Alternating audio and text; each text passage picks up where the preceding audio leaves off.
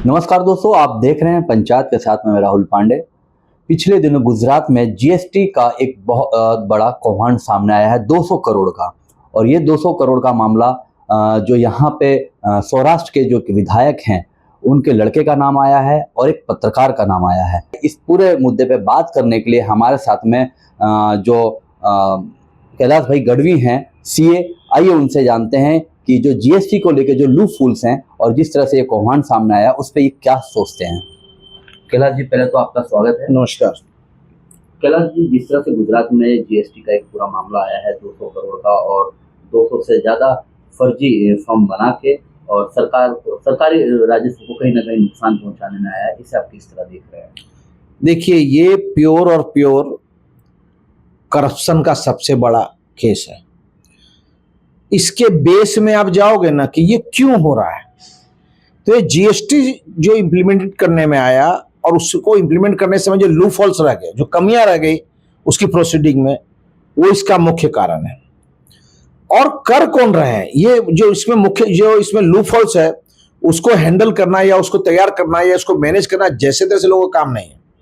तो इसमें बहुत पावरफुल लोग, जिनका नेटवर्क बड़ा हो, जिनके पास बहुत सारे डमी लोग हो, डमी कंपनियां बना सकते हो, डमी लोगों से डील कर सकते हो, वैसे लोग इन्फ्लुएंसर लोग हैं। फिर आप जैसे मेंशन किया, एक पत्रकार का नाम लिया, उसी तरीके से आपने नाम लिया बीजेपी के एमएलए के लड़के का नाम लिया। हाँ। तो कहीं ये सब जो है ना इन्फ्लुएंसर लोग करते कैसे, वो जानने जैसी बात है। मेन तो सिस्टम गैप कहाँ है। होता क्या है कि मान लीजिए कि अभी एक सिस्टम कहाँ काम करी बता रहा हूं। पिछले कुछ समय से कॉर्पोरेटाइजेशन ऑफ करप्शन करके कंसेप्ट डेवलप हुआ है भारत में, जहां पूरे देश में जीएसटी से जुड़े जो बिलिंग है उसमें अंडर टेबल डील करके करोड़ों रुपया इधर से उधर किया जा रहा है। इसमें मैं तो ऐसा मानता हूं कि कहीं इसमें सरकार भी पार्टी हो या सरकारी अधिकारी पार्टी हो तो इन्वेस्टिगेशन करने पे निकल सकता है। क्यों, होता क्या है इसमें बेसिकली, मान लीजिए कि आपने 100 रुपये का कोई चीज खरीदा। अब 100 रुपये खरीदा तो 18% ब्याज उसमें जीएसटी है, तो आपने उसको 118 रुपये दिए। और वो 18 रुपये ऊपर के जो है, जिस पार्टी ने आपको माल दिया, वो उसको सरकार में जमा करवा देने हैं। उसने आपको 118 का बिल दिया, आप और माल 100 का दिया, अपने 18 रुपये उसको रिटर्न किया, जो उसको वहां जमा करवा देने हैं। उसके जो पार्टी इस माल को बनाया बेचने के लिए, तो उसने क्या किया, उसको बनाने में अलग अलग 4-5 रॉ मटेरियल लिए, सर्विसेज लिए, सब लिए। वहां उसने अलग अलग जगह से जीएसटी कलेक्ट किया। तो उसने भी क्या, किसी को बिल माल लिया, उसको बिल दिया तो उसने भी इसको जीएसटी लेकर के उसको बिल दिया। तो मान लो जो माल बनाने वाले के पास 100 रुपये का जीएसटी का बिल है, जो उसने किसी को दिया है, क्रेडिट जमा है। सामने उसने क्या, 200 रुपये का जीएसटी जो है वो सामने वाले को माल बेचा, वहां से उसके पास आया। तो उसके नियम के हिसाब से उसको 100 रुपया तो पूरा जीएसटी क्रेडिट उसका लाभ ले लेने का, और सरकार उससे 100 रुपया ये जीएसटी का पे करे। ऐसा नियम होता है, प्रोसीडिंग होता है। इसमें क्या किया गया कि खरा अर्थ में जो बिल दिया गया वो एक्चुअली माल नहीं दिया गया, ये माल और सर्विस बिना का बिल था, जिसके कारण उसका जो ऊपर का 18 रुपया है, इसका मतलब ये खाली बस पेपर वर्क दिखा है, बाकी जमीनी धरातल पे कुछ वहां कुछ नहीं। एक्चुअल बिलिंग कहीं नहीं हुआ। जब सरकार को पता चला कि इस तरह घोटाले, तो सरकार ने नया सिस्टम निकाला कि भी आपको जहां से माल डिस्पैच किया वहां गोडाउन होना चाहिए। फिर बोला कि एक काम करो, आप टोल नाका पे चेक करो, टोल नाका पे गाड़ी क्रॉस हुई कि नहीं हुई है। ऐसे बहुत सारे टूल्स बाद में सरकारी अधिकारी निकाले, जिसके कारण ये सब इन्वेस्टिगेशन में बाहर आने लगा है। एक अनुमान के हिसाब से सिर्फ गुजरात में 50,000 करोड़ रुपया से ज्यादा के जीएसटी चोरी का काम हुआ है, और उसके लिए सरकारी अधिकारी कम पड़ रहे हैं। अगर ये प्रॉपर इन्वेस्टिगेशन हो तो बहुत बड़ा कौभांड निकल सकता है।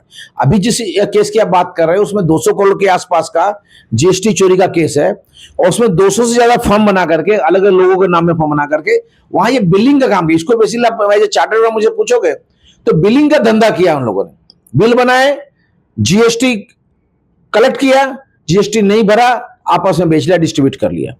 अब जब जीएसटी लिया तो कहीं ना कहीं कोई मांगने वाला होगा, तो फर्म ही बोगस है, व्यक्ति गायब हो गया, लोगों ने पैसे निकाले, खा पी लिया, मजा कर लिया। पूरे गुजरात में अगर छापेमारी हुई तो 14 जगह छापेमारी हुई और उसमें 33 से ज्यादा मैनेजर्स को पकड़े गए। इसे बोल रहा, ये जो डमी कंपनियां बनी उसमें मैनेजर्स बैठे हुए थे। आप एक तो एकदम सिंपल वे में आप समझो कि मान लो कोई एक फैक्ट्री है, उस फैक्ट्री को हर साल उस फैक्ट्री 100 करोड़ रुपए का माल खरीदती है। अब 100 करोड़ का माल खरीदती है और उसमें 18% जीएसटी है, तो 18 करोड़ रुपए ऊपर के उसके आते हैं। और वो 18 करोड़ अगर वो बोगस बिलिंग से माल खरीदा है ना, खाली बिलिंग बताती है, तो 18 करोड़ का वहीवट सिस्टम से बाहर हो गया। बताया गया कि उसने लिया है, बोगस बिल के साथ ले लिया, पर एक्चुअल में वो कोई माल आया नहीं, माल गया नहीं। तो उसने क्रेडिट, जो जिसने खरीदा आगे माल, उसने जीएसटी का क्रेडिट जो है वो एक्चुअल नहीं होने के बाद भी क्रेडिट ले लिया। उसको सामने जो उसने सामने किसी जीएसटी आया और उसका जमा हो और किसी को सामने दिया तो एडजस्ट होना चाहिए ना, वो उसने नहीं किया और उसने वो पैसे खा, जो एडजस्ट किया वो बोगस था, एक्चुअल नहीं था। इससे सरकार को बड़े पैमाने नुकसान होता है, करोड़ों का रेवेन्यू का नुकसान होता है। और अभी कुछ समय सरकार का बखान करूंगा, पिछले कुछ समय से जीएसटी विभाग ने और डिपार्टमेंट ने इस पर बहुत मेहनत की है और बहुत असरकारक अधिकारी इस पे काम करे, जिसके कारण ये सब केस बाहर आ रहे हैं, वरना ये सब केस बाहर भी नहीं आते। ये जब से जीएसटी का हुआ तब से चल रहा है। ये बेसिकली जो ऐसे दूसरे तरीके से बात कीजिए कि आज पूरे भारत में 10 साल बीजेपी की बनी सरकार नहीं हुई, 10 साल, अब 10 साल हो गए, अब 10 साल से ऊपर हो गई, ठीक है। और 75 साल तक कांग्रेस की सरकार इस भारत में थी, ऐसा बीजेपी दावा करती, बहुत सारे लोग दावा करते हैं। अगर 75 साल की कांग्रेस की सरकार के हिसाब से कांग्रेस के पूरे भारत में आप पार्टी की ऑफिस देखोगे तो अभी भी झुपड़े में चल रही है, एक ऑफिस में चल रही है, एक दुकान में चल रही है, ऐसा ही चल रहा है। सिर्फ 10 साल में बीजेपी के हर एक ब्लॉक लेवल पे, हर एक तालुका लेवल पे, हर शहर में बड़े बड़े 7 स्टार कैटेगरी के ऑफिसें बन गई। ये पैसा कहां से आया? जो इलेक्शन कमीशन में वो जो रिपोर्ट देगा हमारे कितना रुपया आया, उसको उस इलेक्शन में खर्च किया, तो बाकी पैसा जो इस पूरी बिल्डिंग का है आप वैल्यूएशन करो। जीएसटी कमीशन बोलता है कि वहां भी आप इन्वेस्टिगेशन करो, कितनी बिल्डिंगें बनी तो उसमें मेटेरियल यूज हुआ, बाकी वो आया कहां से, उसको पेमेंट किसको दिया गया। तो ये कॉर्पोरेटाइजेशन ऑफ करप्शन है। यहाँ पे ऐसे लोग जो हैं ये पकड़े गए कि उस व्यवहार नहीं किया, और नहीं पकड़े जाते तो शायद इनको दे दिया होता पैसा इन लोगों को, जिन्होंने बिल्डिंगें बन गई। तो आज जो बीजेपी का कमलम पूरे भारत में बनना भी एक इस टाइप के करप्शन के पार्टनर की तरह काम करने का आधार हो सकता है, अगर इस पर इन्वेस्टिगेशन किया जाए तो।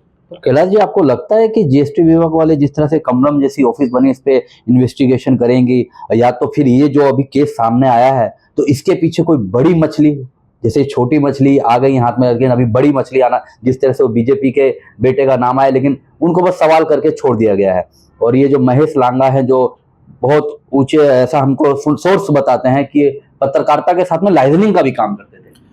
महेश लांगा एक पत्रकार की तरह बहुत वर्षों से काम कर रहा था, मैं भी पर्सनली मिला हूं उसे 1-2 बार, और वो एक्टिव था बहुत पत्रकार है। साथ साथ कॉर्पोरेट लाइजनिंग काम करता है कि नहीं करता है मेरे पास बहुत माहिती इन्फॉर्मेशन नहीं है, पर उसके वे ऑफ वर्किंग, और जो अब उसके यहाँ रेड के बाद बताया 20 लाख रुपए मिले, सोना मिला, 4 प्रॉपर्टी का दस्तावेज का कॉपी मिला, 20 लाख। तो हाँ, तो शायद ऐसा कुछ करता होगा, मेरे पास कोई एविडेंस नहीं है, पर जो इन्वेस्टिगेशन में जो डिटेल्स मिल रही है उससे लगता है कि एक पत्रकार इतने पैसे नहीं कमा सकता। जरूर कुछ ऐसी गलत काम कर रहा होगा या ऐसा काम कर रहा हो जिससे ब्लैक मनी की तरह ज्यादा पैसे जनरेट हो रहे हो, इसलिए पूरे पैसे खड़े हुए, मुझे ऐसा लगता है। हाँ, और आपने बोला कि जिस तरह से कमलम जैसी ऑफिस है 7 स्टार बनी है, तो जीएसटी विभाग वगैरह इस पे इन्वेस्टिगेशन, आपको लगता है कि सरकार के ऊपर ये कहीं ना कहीं तो उनके, तो आपने बोला तोता जैसा, देखिए इसमें ऐसा है कि अल्टीमेटली सरकार तो सरकार है, माई बाप है बराबर। और एक गुजराती में कहावत है, सत्ता सामा साणपण नकामो, आप सत्ता के सामने होशियारी नहीं कर सकते, इसलिए अधिकारी भी इस चीज से डरते हैं। हाँ, एक ईमानदार अधिकारी, जैसे टीएन शेषन एक समय ईमानदार इलेक्शन कमीशन था, पूरे भारत को बता दे कि इलेक्शन कमीशन करती है, सरकार नहीं करती है, वैसे एक अच्छा ईमानदार अधिकारी यहाँ आ जाए तो पूरे स्टेट को सुधार सकता है। पर गुजरात की कब नसीबी आपको बताता हूं।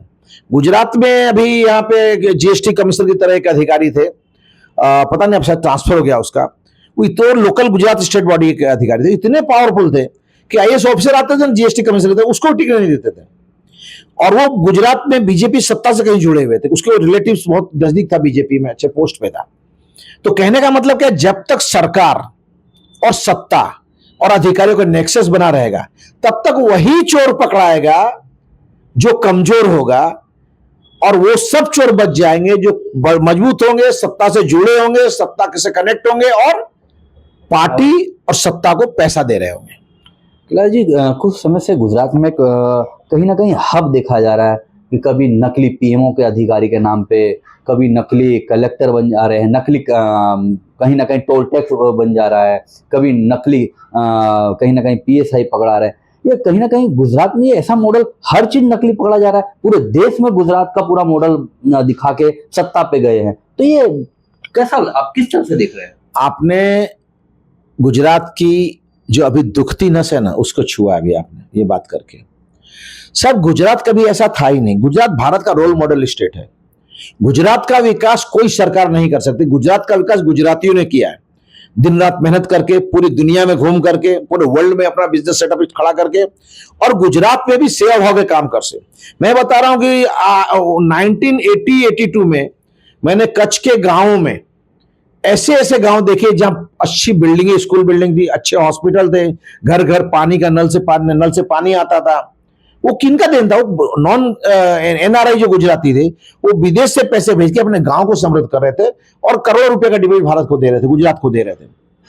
अब जो ये परिस्थिति खड़ी हुई, जो आपने बात की कि गुजरात मॉडल, तो गुजरात का मॉडल ये नहीं है, बीजेपी का मॉडल है। बीजेपी का गुजरात मॉडल, नरेंद्र मोदी गुजरात मॉडल है। इवन केशु बापा के समय भी ऐसी परिस्थिति नहीं थी। मोदी साहब के आने के बाद सबसे बड़ा जो मॉडल में चेंज हुआ, ये हुआ कि यहां ने सत्ता सभी आईएएस आईपीएस ऑफिसरों के हाथ में दे दी। चुने हुए प्रतिनिधि एमएलए एमपी हैं, उनका कहीं कुछ चलता नहीं है। इवन मैं तो ऐसा मानता हूं कि जो मिनिस्टर्स हैं वो भी उतना ही कर सकते हैं जो अधिकारी को परमिशन मिला हुआ, उससे ऊपर वो नहीं कर जा सकते, जिसका बहुत सारा एग्जाम्पल पास्ट में आप लोगों ने देखा होगा गुजरात में। आज अभी रिसेंटली एक अधिकारी रिटायर हुआ जो किसको कम से 12-13 बार एक्सटेंशन देने में आया, और गुजरात के चीफ सेक्रेटरी ने उन्होंने काम किया। सही मैंने वो गुजरात चला रहे थे, अभी राज्यपाल बना दिया गया। हाँ, वो गुजरात मॉडल है। आप समझो, गुजरात मॉडल वो है, वो मोदी साहब का मॉडल है। अभी हरियाणा में और पंजाब में जो सरकारें बनी, अभी राजस्थान में सरकार बनी अभी, अब राजस्थान में जाकर देखो क्या हुआ। उन्होंने फिर वो गुजरात मॉडल चलाया। वहां पे मिनिस्टर जो सीएम बना है वो मजबूत लोगों ने नहीं बनाया, उसने एक स्टैम्प सीएम खरीद लिया, वहां पे बना दिया उसके एमएलए को, और बाकी वेवेट क्या वहां के जो चीफ सेक्रेटरी उनको दे दिया, जो गुजरात का मॉडल था। तो गुजरात में अधिकारियों का राज है, चुने इलेक्शन जीत के आए लोगों प्रतिनिधि का राज नहीं है, जिसके कारण जो गुजरात को अगर गुजराती अधिकारी समझे तो गुजरात अच्छा चल सकता है, पर सब आदमी सब जगह नहीं समझ सकते, जिसके कारण यह परिस्थिति खड़ी हुई है। और गुजरात में ये गुजरात का मॉडल विदेश से आप लोग बदनाम हो रहा है, इसमें हम गुजराती बदनाम हो रहे हैं। हमारा मॉडल नहीं है, ये बीजेपी के भ्रष्टाचारी गुजरात मॉडल है। रहा आपका दूसरा प्रश्न, क्या नकली है? नकली यहां की परिस्थिति इतनी खराब होगी, पीएमओ के और स्टाफ ऑफिसर से लेकर के सीएम के ऑफिस के स्टाफ से लेकर के मामलतदार, तलाटी, एसपी, पुलिस, कांस्टेबल, फिर अपने रेवेन्यू के अधिकारी, रेवेन्यू का ऑफिस, इरिगेशन का ऑफिस, जीबी की ऑफिस, और इन सब से ऐड करके नीचे लेवल पे एक एक अधिकारी, सबके नकली वर्जन आ गया। तो अब सही मैंने में गुजरात मॉडल जो है ना, वो हमें डर लगता है बीजेपी गुजरात मॉडल है, सिर्फ विकास का नकली मॉडल ही नहीं, अधिकारियों और स्टाफ का भी नकली मॉडल है, और ये हमारे गुजरात और गुजराती को बदनाम कर रहा है, जो शर्मजनक है। तो जैसे भी आपने देखा कि हमारे साथ में कैलाधन गढ़वी जी, इन्होंने जो भी टेक्निकल जो जिस तरह से जीएसटी का काम होता है, और उन्होंने जिस तरह से बीजेपी की जो ऑफिसें बनी हैं और नकली सरकार को लेके नकली सभी पे बात की है, और विस्तार से उन्होंने बताया कि हमारा गुजरात मॉडल पहले ऐसा नहीं था। बाकी खबरों के लिए आप बने रहें पंचायत के साथ में। मैं राहुल पांडे, अहमदाबाद।